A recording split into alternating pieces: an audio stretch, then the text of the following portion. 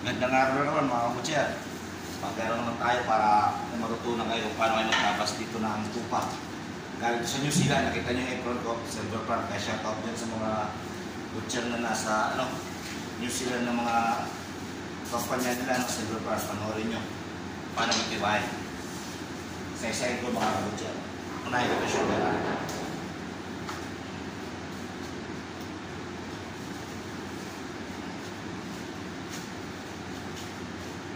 Ganyan. Shoulder lagi inuna.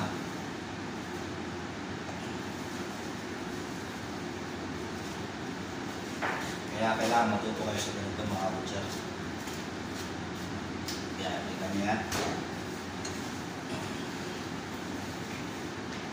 Sunod natin guys para puro shoulder na eh.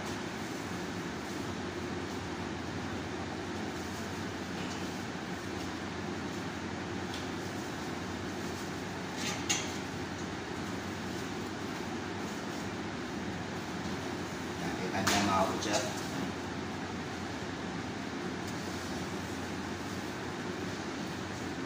Ganyan lang yan.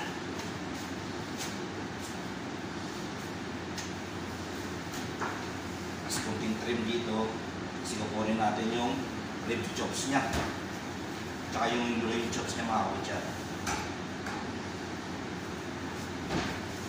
Ito rin.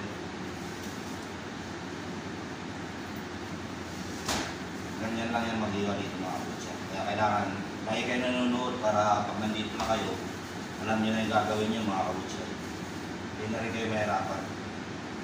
So pag nanonood kayo sa video, pag nasa actual na kayo, mabilis na kayo matutunan.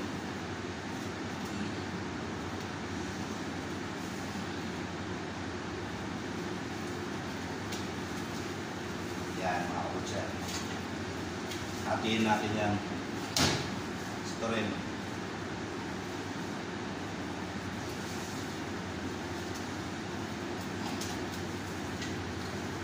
Pakita ko sa inyo kung paano ito lagarin.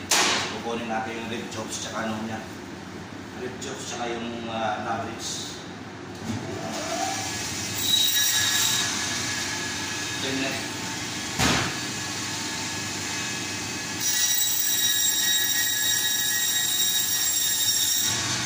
Then kalahati niya mga kabutcher.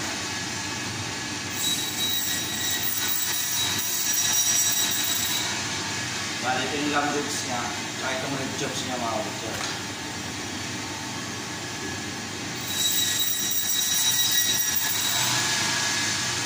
Bali yan mga premium yan. Mga gandang pag-ihaw itong mga kabutcher. Itong parts na ito.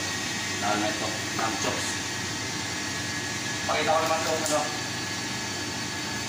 Bali dapat dito yan natin yan eh. Binibiyak na namin yung loin chops.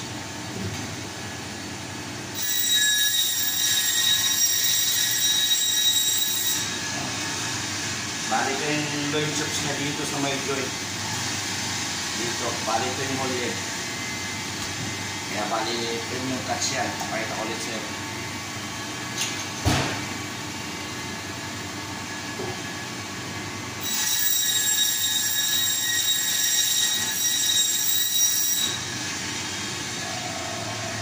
Yan. Bali nandito yung parts ng loin chops niya. Ngayon na yan dito mga joint yan.